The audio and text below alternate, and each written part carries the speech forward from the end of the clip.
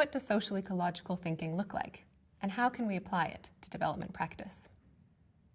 In order to do this, I'd like to bring you to a place, the Pamir Mountains of Tajikistan and Afghanistan.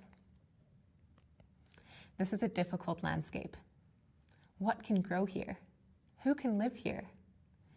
Over millennia, people have been moving rocks to create life-giving soil, irrigated these soils to create incredible diversity of crops, of fruit, nut, and grain varieties.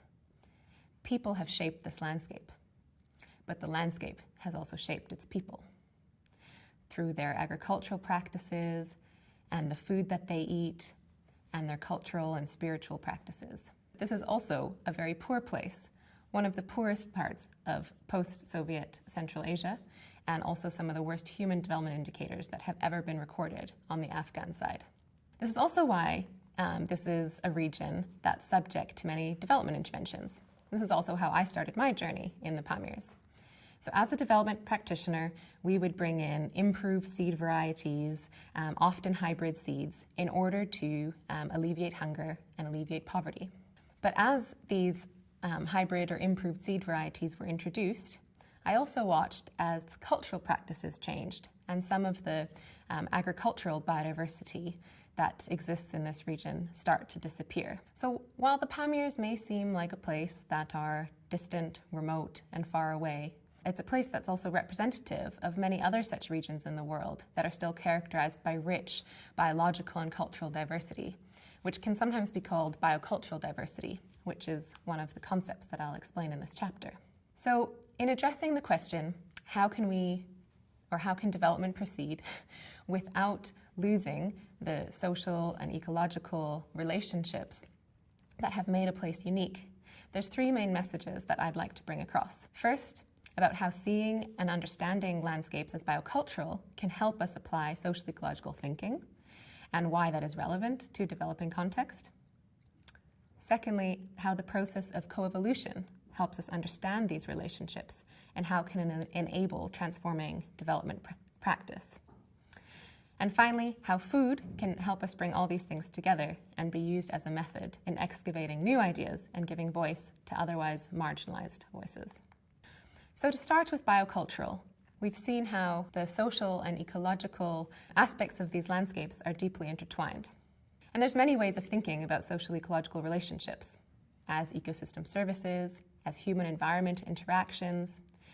As researchers and as practitioners, we use the concepts that make sense in a given context and also depending on who we're speaking with, who our audience is. For me, working in a place like the Pamirs, biocultural diversity is useful because it describes the diversity of life in all of its manifestations, biological, cultural, and linguistic. And it's been defined also by Louisa Maffei as having co-evolved within a complex social ecological adaptive system over time. So to make this a bit more concrete, in the Pamirs we can see how certain crops were domesticated over others because they were better suited to that climate. And in this way they became a key component of everyday culture and language. And I'd like to give you a specific example of this. Rashtak. This is a red wheat that grows at only very high altitudes and is particularly adapted to short growing conditions. This is one of over 150 wheat varieties in the Pamirs, an incredible diversity. Many of the grains have been taken to Svalbard in Norway, to the global seed bank there, because scientists see that these are important seeds for global resilience, because we don't know how climate change might affect agriculture. And our current agricultural system is optimized for very few crops. However, the knowledge of how these seeds were cultivated isn't stored in Svalbard, in the seed bank, nor are the cultural practices that created those seeds in the first place. So this is why even if the genetic diversity may be safe, the biocultural landscapes are at risk. And understanding this biodiversity as co-evolved with the cultural diversity as an equally important component helps provide some insight into how this biocultural diversity can be a source of resilience. So this is where the idea of coevolution comes in. So remember I just said that Rashtak is a wheat that's been optimized for a certain type of microclimate in these mountains. But it's also has a beautiful taste. It's incredibly sweet, and it releases its flavor slowly when it's cooked over 8 hours, often overnight. And this is often used to make bat, which is a traditional porridge for the Persian New Year at Navruz. And it's an incredibly important spiritual ritual. So you can see it's impossible to actually say, does rashtak, the wheat seed, exist because of the climate or because of the cultural practice that created that seed? And does the porridge exist because of the bat or because of the spiritual practices behind it?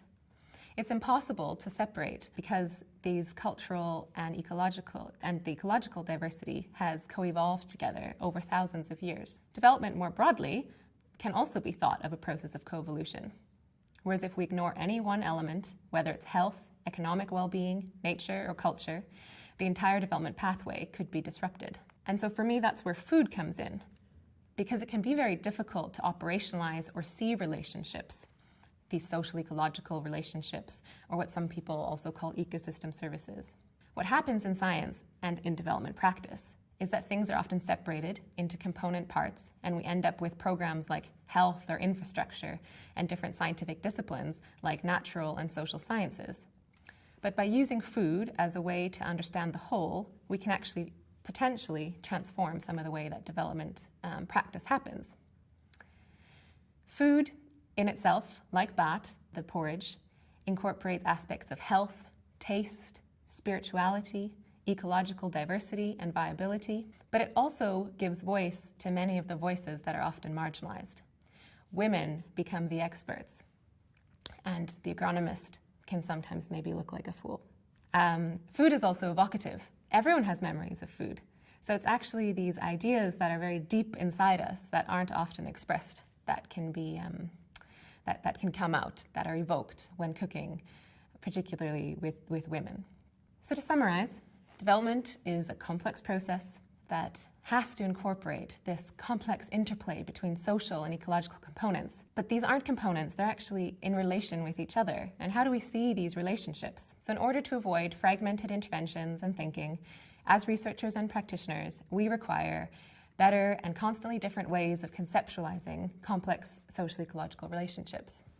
Using food as a lens, or as a tool, as a method, can give voice to those most marginalized and generate new ideas about what alternative development pathways may look like. Food can also help us conceptualize the deep intertwinedness of these relationships in biocultural landscapes.